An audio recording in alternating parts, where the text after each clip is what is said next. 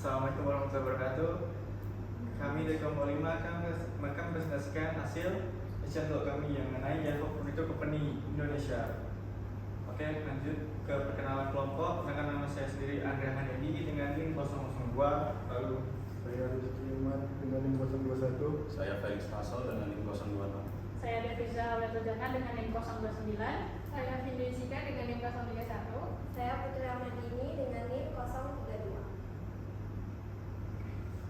kita masuk pembahasan. Ini ada 5. Yang pertama itu tujuan study case, lalu kedua ada tujuan study case, lalu ketiga ada strategi, lalu keempat ada kendala yang terjadi, lalu kelima ada hasil akhir.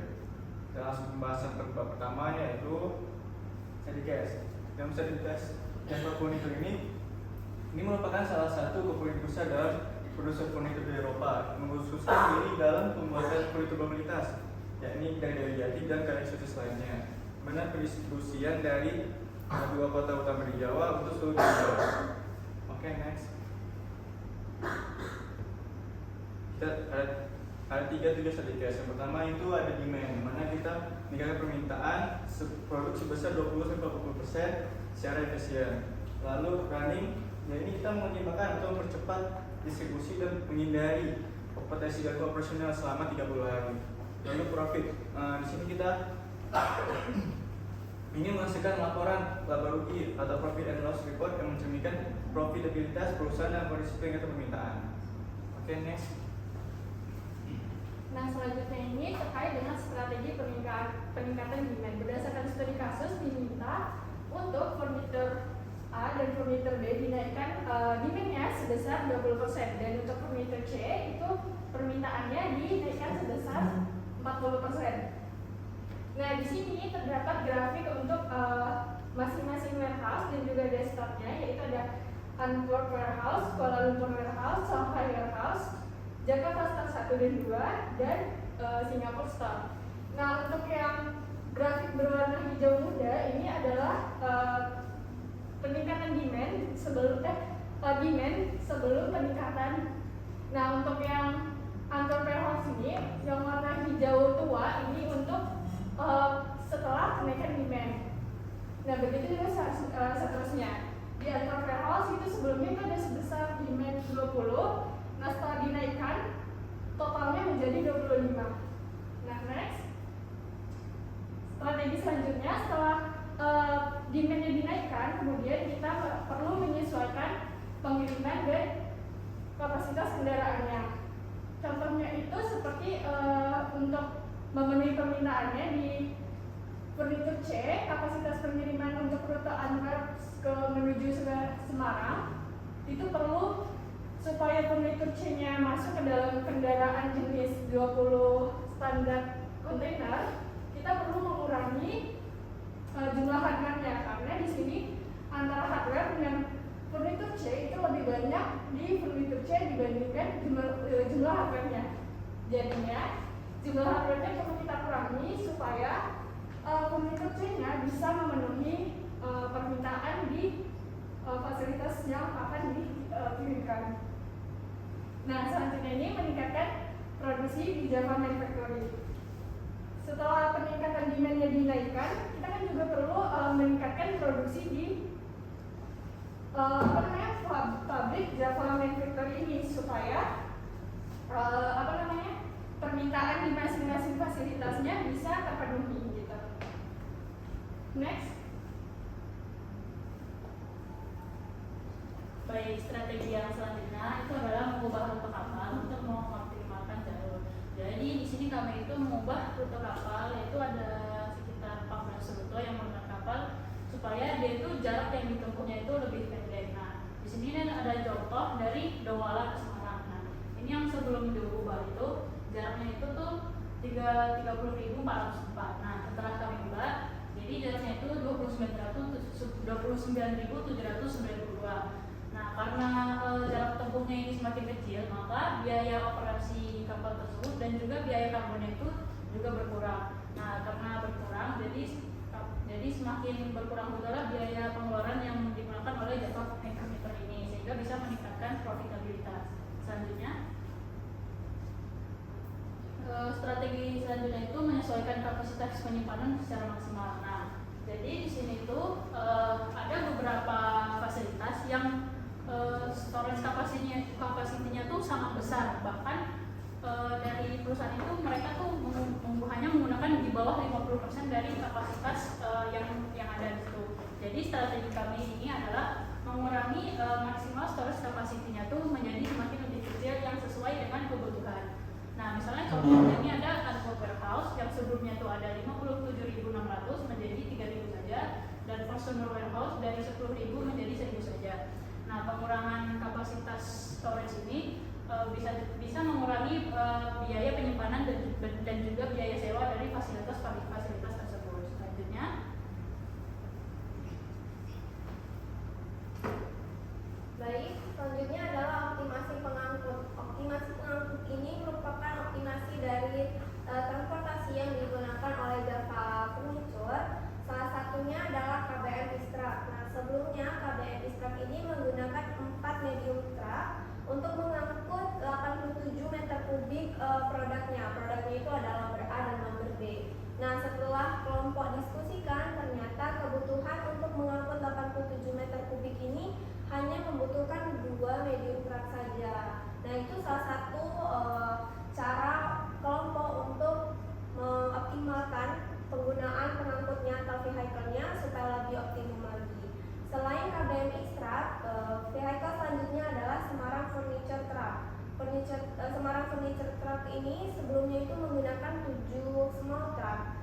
Nah, setelah dihitung dari dimensi dan bobot yang dibawanya itu, ternyata hanya membutuhkan 5 truk yang jenisnya yang small aja. Nah, jadi perubahan-perubahan seperti ini yang kelompok lakukan sehingga untuk Semarang Furniture Truck ini itu kosnya itu bisa berkurang dari 28.616 menjadi 17.900. Selain KBM Extract dan Semarang Furniture Truck, yang terakhir untuk optimasi pengangkut vehicle ini adalah Semarang Lumber Truck. Nah, awalnya Semarang Lumber Truck ini menggunakan 4 medium truck untuk mengangkut 81 meter kubik, dan setelah dihitung lagi dimensi dan bobotnya ternyata hanya membutuhkan 2 medium truck.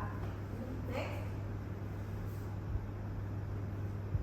Nah, selain tadi optimasi dari pengangkut atau vehicle yang digunakan, selanjutnya itu adalah sales markup. Sales markup ini merupakan penambahan atau persentase kira-kira harga jualnya itu kita menentukan berapa supaya perusahaan itu bisa dapat untung.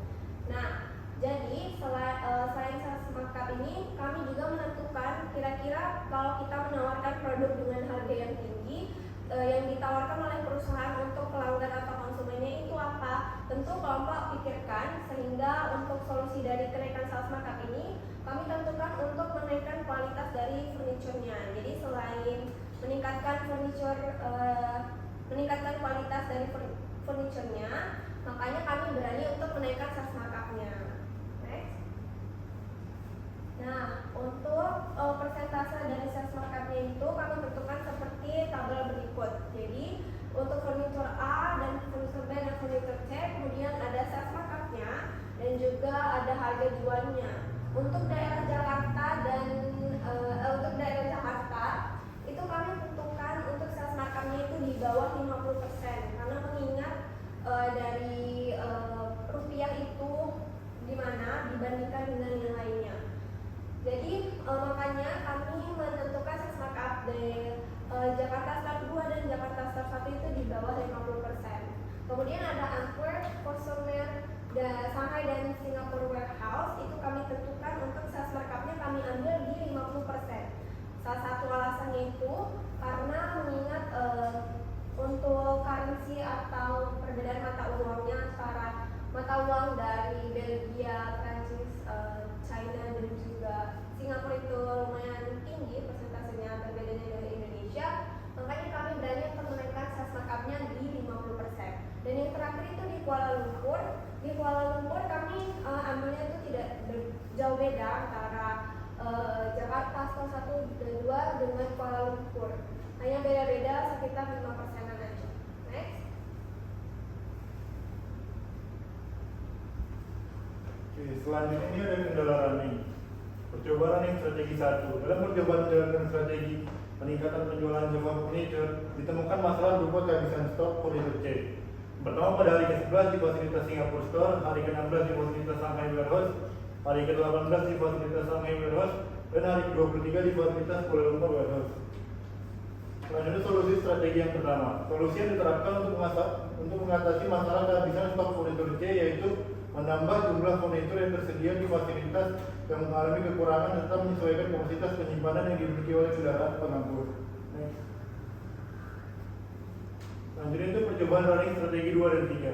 Setelah menerapkan perubahan rute kapal dan menyesuaikan kapasitas penyimpanan, masalah kehabisan stok furnitur C di Jakarta Store 1 muncul pada hari 20 dengan kesan error kehabisan furnitur C di Jakarta Store 1. Terus solusi strategi 2 dan 3. Solusi yang diterapkan adalah mengurangi jumlah drop quantity furniture A di Jakarta Store 2 agar kendaraan memiliki kapasitas cukup untuk mendapat stok furniture C di Jakarta Store 1. Penyesuaian ini dilakukan pada kendaraan Jakarta Delivery Truck 4 untuk rute Factory Jakarta Store, guna memastikan kebutuhan furniture C di Jakarta Store 1 dapat terpenuhi tanpa melebihi kapasitas kendaraan.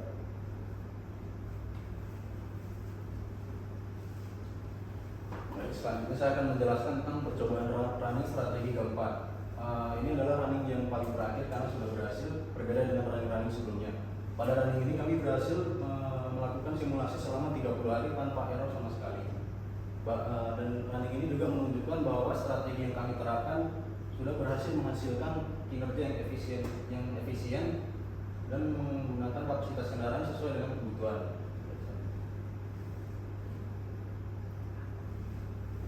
Baiklah, setelah melakukan beberapa strategi, yang pertama itu ada meningkatkan demand sebesar 20-40%, dan hasilnya itu ternyata harus meningkatkan lagi penyesuaiannya terhadap vehicle dan juga produksinya. Kemudian yang kedua tadi ada penyusutan dari rute yang menggunakan kapalnya, itu bertujuan untuk meminimalisasi karbon dan juga biaya operasional dari penggunaan vehicle atau transportasi jalur lautnya. Kemudian yang ketiga adalah memaksimalkan kapasitas storage dari masing-masing fasilitas warehouse-nya.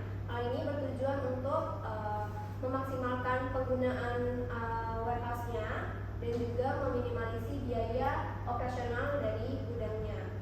Dan yang keempat ada optimasi dari transportasi. Jadi transportasinya yang sesuai yang sudah dijelaskan tadi. Hal ini tuh bertujuan untuk meminimalisasi emisi karbonnya dan juga meningkatkan efisiensi rute serta meminimalisasi biaya operasional dari transportasi darat tadi. Dan yang terakhir itu menaikkan sales markup-nya. Hal ini bertujuan untuk meningkatkan profitabilitas dari perusahaan. Dan secara kesimpulan itu sebelum melakukan strategi, perusahaan Java Furniture ini hanya mendapatkan profit sebesar minus 231,93%, dan sesudah melakukan strategi tersebut mengalami peningkatan sekitar 55% menjadi minus 176,54%. Dan untuk vehicle carbon footprint-nya atau emisi karbonnya itu bisa turun 45.000 dari 147 menjadi 102.000 sekian. Nah, berdasarkan strategi-strategi yang sudah diterapkan sebelumnya.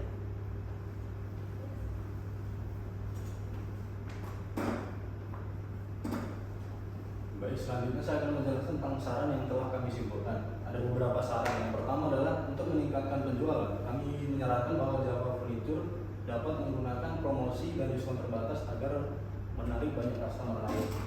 Saran kedua adalah untuk Java Furniture menggunakan jalur yang pendek dan sebisa mungkin menggunakan transportasi yang menempuhkan jalur yang lebih hemat agar biaya dan rendah emisi karbon. Yang selanjutnya adalah penyesuaian harga. Juga perlu ditingkatkan melalui analisis sensitivitas harga dan penyesuaian berdasarkan wilayah atau segmen pasar. Dan yang terakhir adalah evaluasi berkala terhadap strategi yang sangat penting untuk mengidentifikasi peluang perbaikan dan memastikan profitabilitas yang optimal serta keberlanjutan lingkungan. Baik, berikut adalah presentasi dari kelompok saya. Sekian. Sekian dan terima kasih.